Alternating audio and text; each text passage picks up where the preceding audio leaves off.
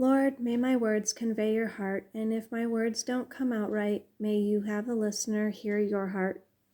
I've been going to a Bible study on the book of Ruth and reading a book by Charles Swindoll. I've also been challenged to make a video every day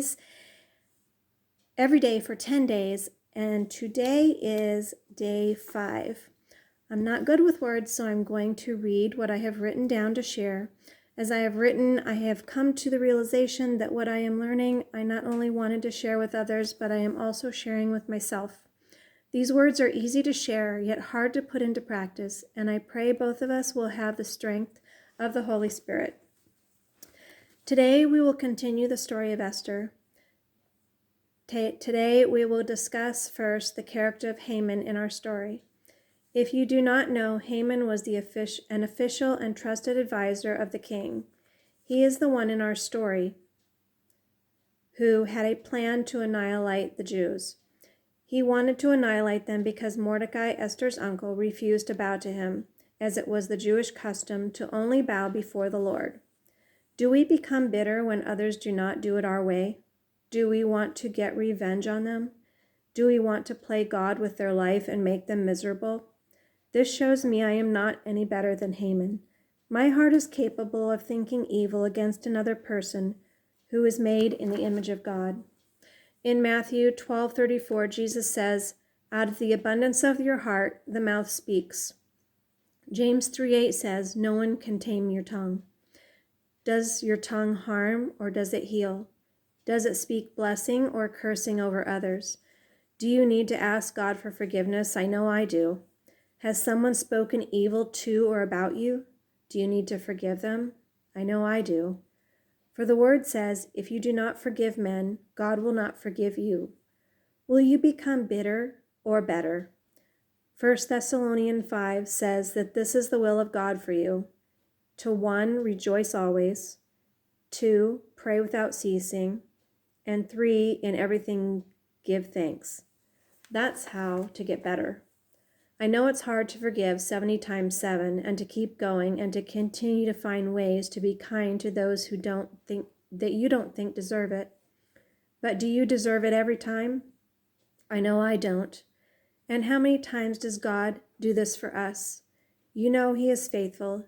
He said, I will never leave you or forsake you. Do you believe His promise? Philippians 2:5 says, let this mind be in you, which is also in Jesus.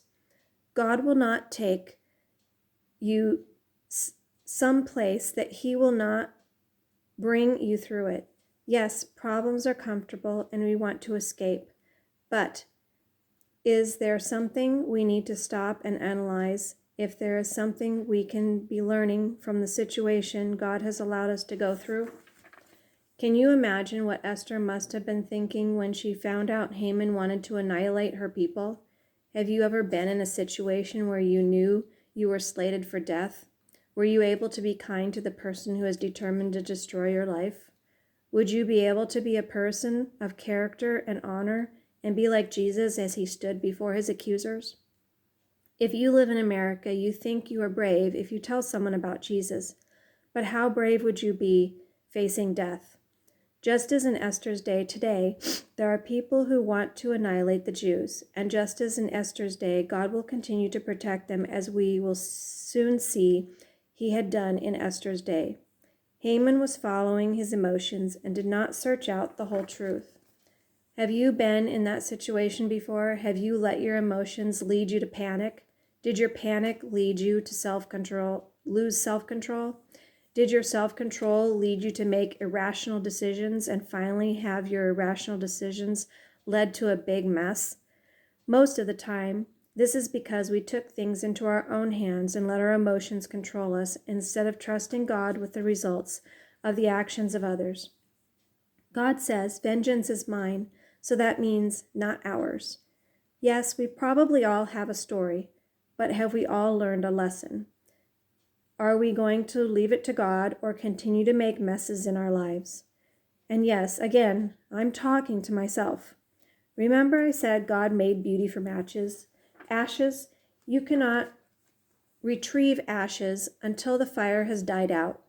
Think on that one for a minute. God is already in your tomorrow. He not only chips away all that he does not see in us, but he turns up the fire to burn away any impurities. And what do those impurities do?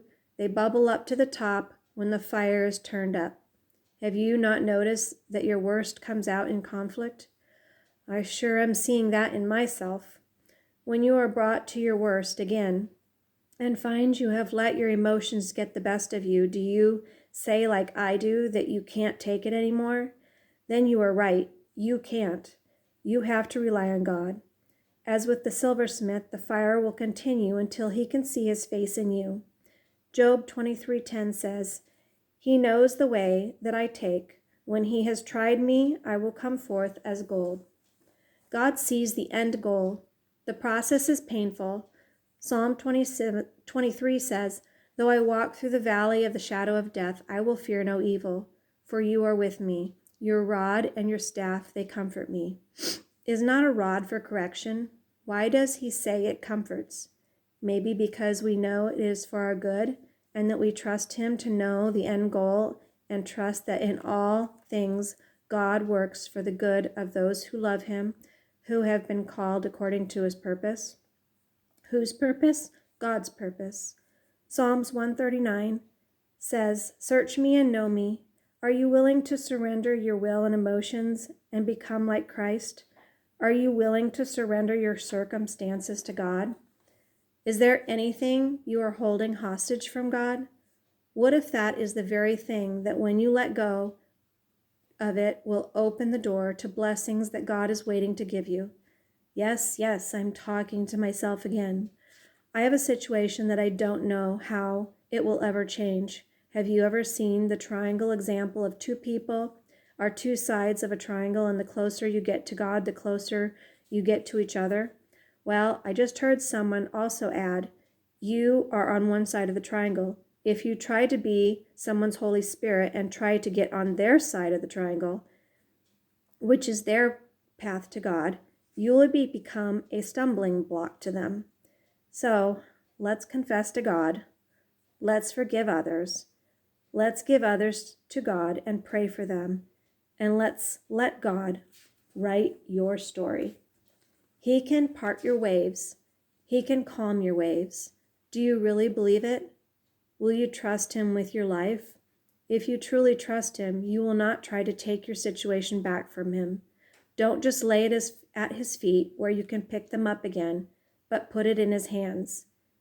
He will write your story so that you can say to others, "Let me tell you what God has done for me." Mother Teresa said, "I am like a pencil in his hand." So let us allow him to use us in our workplace, in our family, and in the culture. Tomorrow we will see how God worked through regular people to work his will. Lord, may these words convey to the listener your heart, and may you be glorified through us to others as we become more like you.